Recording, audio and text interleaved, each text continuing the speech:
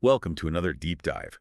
Today we're going to be exploring the world of molten salt reactors, or MSRs for short. Sounds pretty intense. Yeah, it is. You provided me with some excerpts from a technical book called Molten Salt Reactors and Thorium Energy. Ah, yes. It's a great resource. Quite comprehensive. It really is. We're Yeah. going to be covering everything from the basic chemistry to reactor physics, safety, even the global politics surrounding these things. It's fascinating how much this technology touches on. Right. And get this, the book even delves into using these reactors for things like desalination, turning salt water into fresh water. In space exploration. Yeah, exactly. Space exploration. It's mind-blowing A lot of potential there. for sure. Okay, so for our listeners who might be new to all this, can you break down what makes a molten salt reactor different from the typical reactors we hear about? Sure. In a conventional reactor, you have solid fuel rods. Right, the classic image. But in an MSR, you're using liquid fuel. Liquid fuel. Like Yeah. what? Some kind of radioactive juice. Well, it's more like a molten salt mixture circulating through the reactor core. So it's constantly moving. Exactly. Imagine like superheated radioactive soup constantly flowing and generating heat. Wow, that's a pretty wild image. Why would we want to use liquid fuel instead of those solid rods, though? Well, for one, it operates at much lower pressure than traditional reactors. Oh, okay. So that's got to be a plus for safety, right? Exactly. And the liquid nature allows for something called online reprocessing. Online reprocess. Yeah. So you can remove those nasty fission products, the byproducts, continuously while the reactor's operating. So it's like a self-cleaning oven, kind of. Always getting rid of the gunk. Haha, that's a great way to put it. This minimizes the accumulation of that long-lived nuclear waste we always hear about. Okay, so less waste and potentially a much safer operating environment. I'm starting to see the appeal. Now, the book talks a lot about thorium.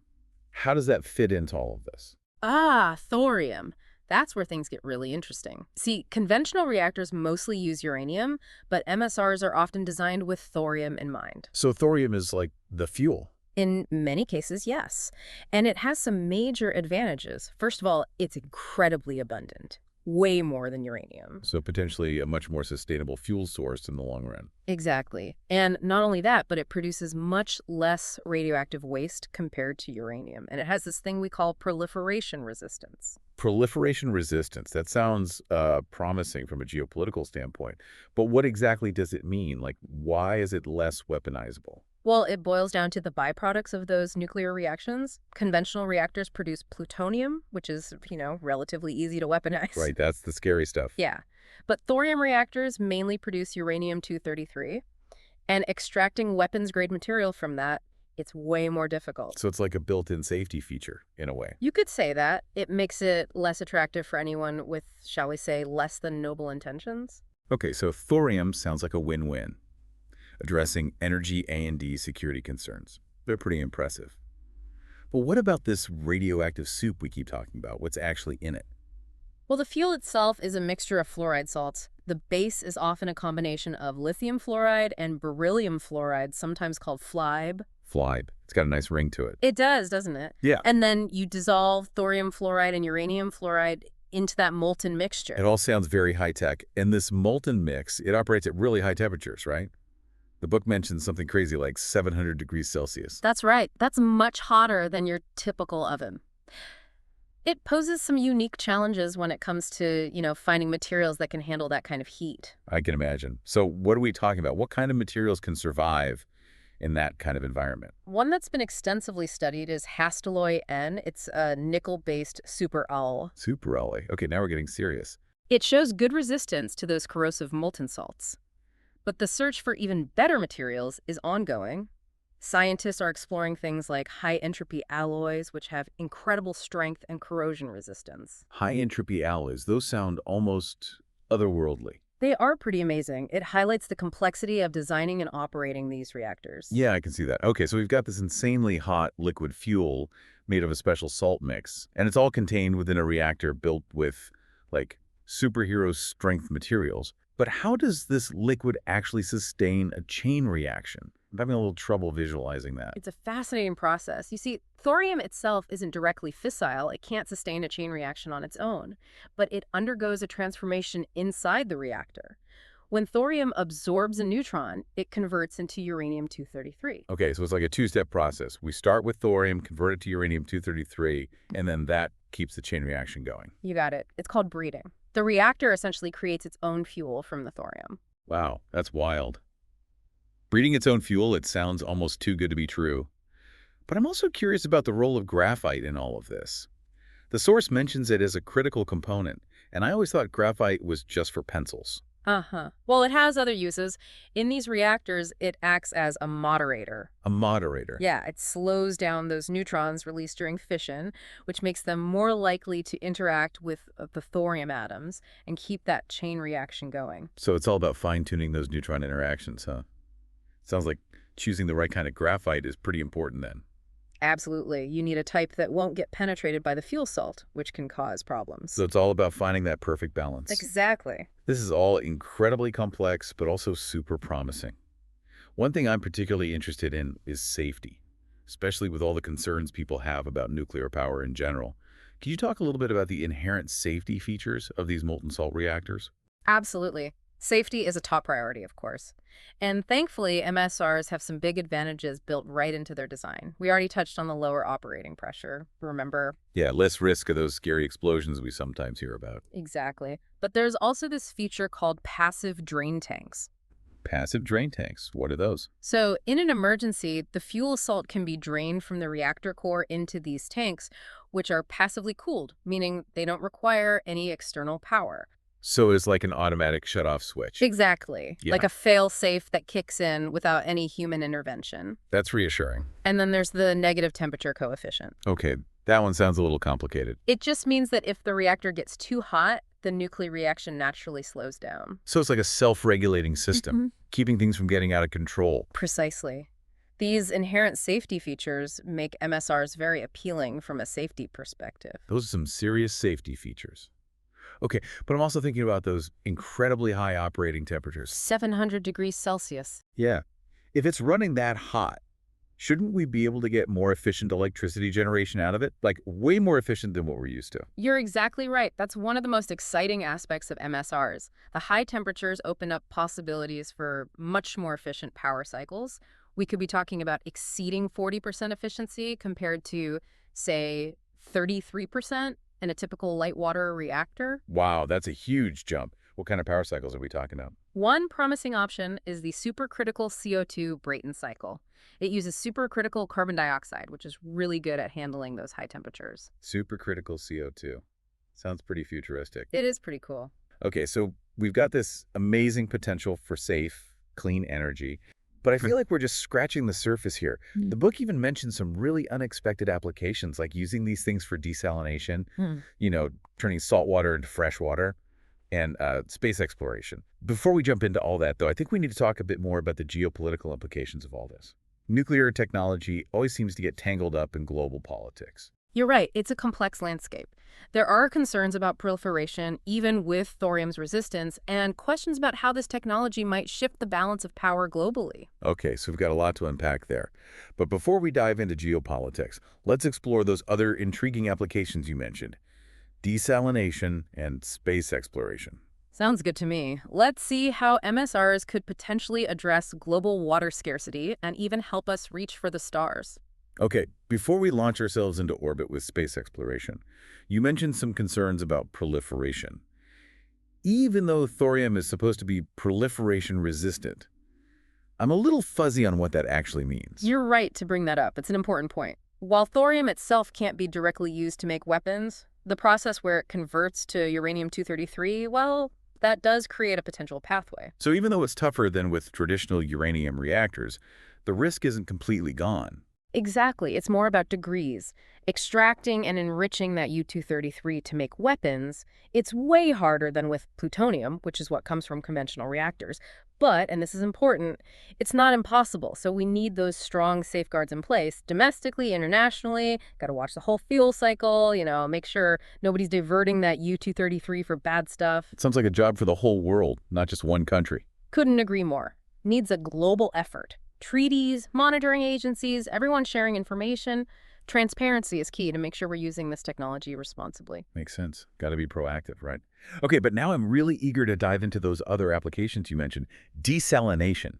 Using nuclear reactors to turn salt water into fresh water. I mean, that sounds straight out of science fiction. How does that even work? It might sound futuristic, but it's actually pretty straightforward. Desalination, those processes they use, like multi-stage flash distillation or reverse osmosis, they need a lot of heat, lots of it, to evaporate the seawater and separate out the salt.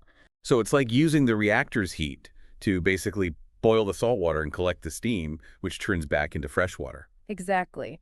MSRs are really good for this because of those high temperatures they operate at. Makes the whole desalination process way more efficient. Could be a game changer for places struggling with water shortages, especially with climate change making things worse. That's incredible. Two birds, one stone.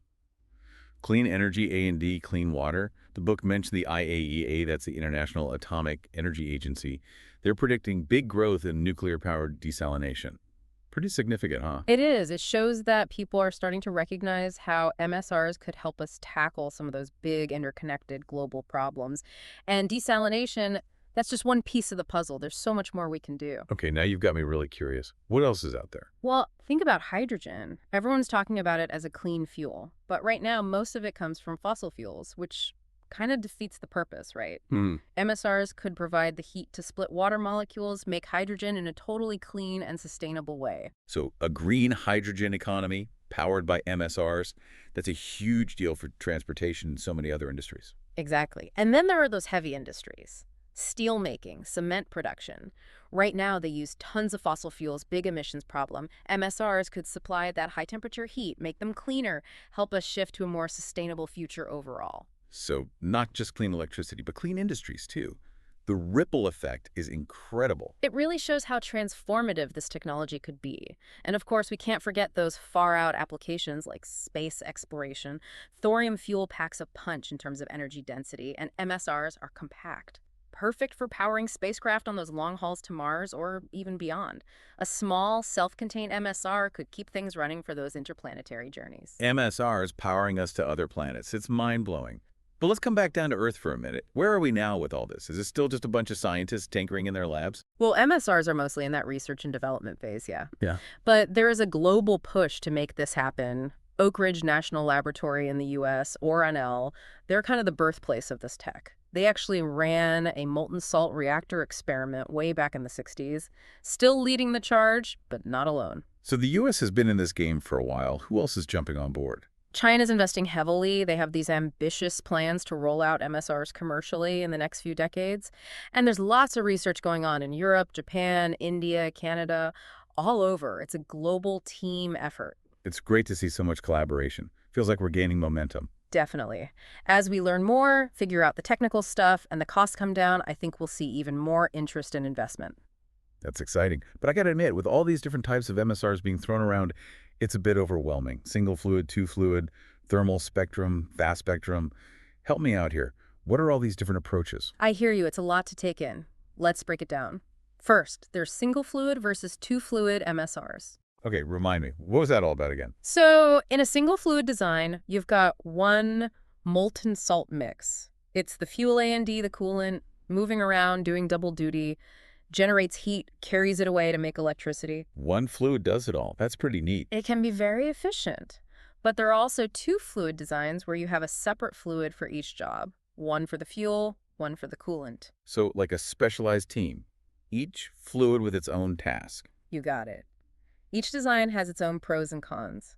Researchers are trying both to figure out which works best for different situations. It's fascinating how much thought goes into this. And what about thermal spectrum versus fast spectrum? What's the difference there? That's about the energy levels of the neutrons. You know, those tiny particles that make the chain reaction happen. Right. In a thermal spectrum reactor, we slow those neutrons down. We call it moderating, usually using graphite, remember? Slower neutrons are more likely to hit the fuel and keep the chain reaction going. Like slowing down a billiard ball so it's more likely to hit another ball. Exactly. Then there are fast spectrum reactors. We let those neutrons zip around with lots of energy. This changes things like how efficiently we breed fuel, how we handle the waste, even the materials we use for the reactor. So we're tweaking the reactor's performance by messing with the speed of tiny particles. Rah. That's wild. It's all about optimizing those reactions, getting the results we want. It sounds like there's a whole world of MSR designs out there, each one tailored for a specific purpose. Makes you wonder, when are we going to see these things actually generating power? Not just in the lab, but in the real world. What's the timeline for that? That's the million-dollar question. There's no crystal ball, but there are positive signs. Some experts think we could have demonstration MSRs up and running within the next 10 years. Commercial deployment, maybe in the 2030s or 2040s. So not tomorrow, but it's a real possibility in the not-too-distant future. Definitely. As things progress, costs come down, and people get more comfortable with the idea, who knows? That timeline might even speed up. It's a really exciting time for this technology. It is. But I try to be realistic, too. It's not all smooth sailing, right? There must be some roadblocks, some challenges that could slow things down. What are the things that keep you up at night? That's a really good question. It's important to be aware of the potential hurdles. We've talked about that proliferation risk with the U-233. That's a big one that needs constant attention, and international cooperation is key.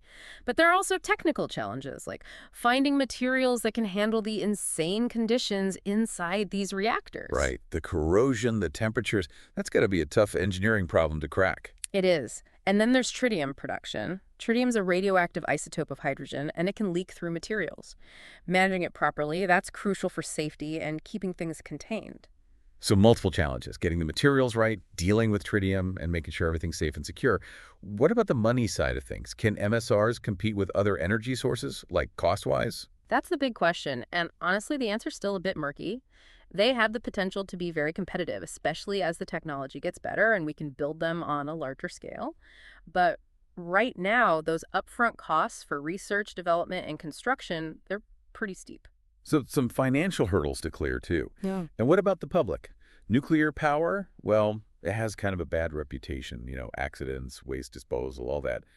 Think MSRs are going to face the same uphill battle to gain acceptance. Public perception, that's absolutely critical, no doubt about it. MSRs are inherently safer than those traditional reactors, but we got to be transparent about the risks and benefits. Talk to people, answer their questions, address their concerns, really listen. Building trust is key. Absolutely. Scientists, engineers, policymakers, communicators, we all have a role to play.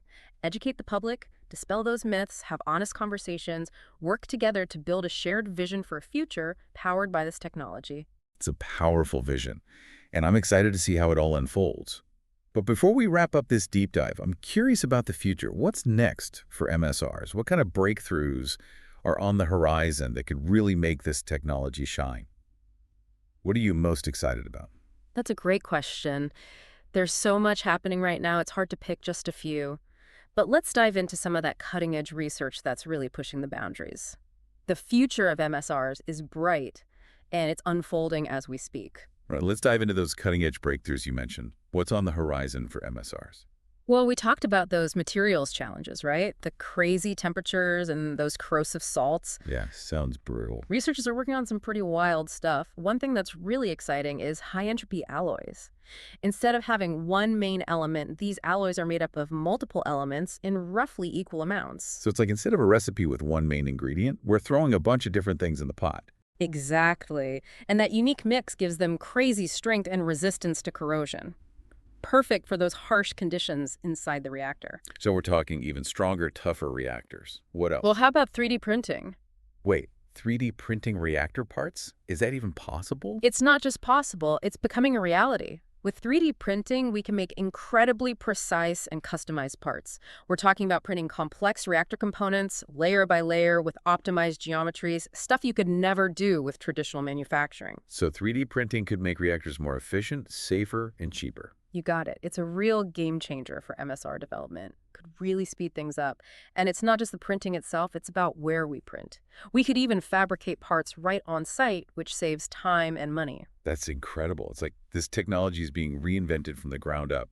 Now, what about those power cycles? Any progress there? Absolutely. That supercritical CO2 Brayton cycle we talked about. Yeah. Researchers are constantly refining it. They're playing with different parameters, experimenting with new materials to handle those intense temperatures, trying to squeeze out every bit of efficiency. So it's like, how much energy can we get from that molten salt heat? Precisely. But it's not just about efficiency. There's been a lot of progress in online reprocessing too.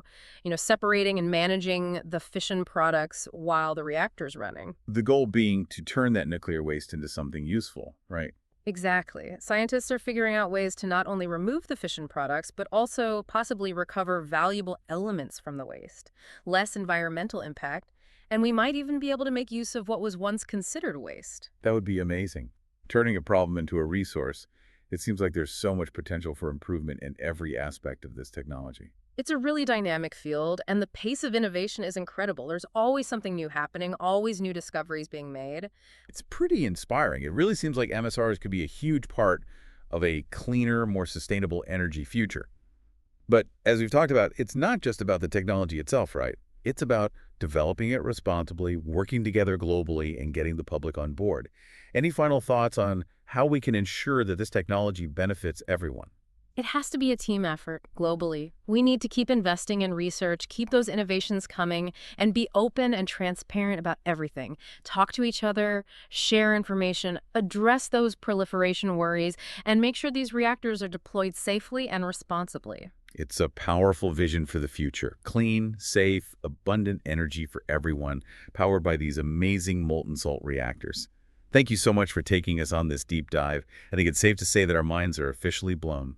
My pleasure. The journey of discovery never really ends, though, does it? Keep asking those questions, keep exploring, stay curious about the world around us,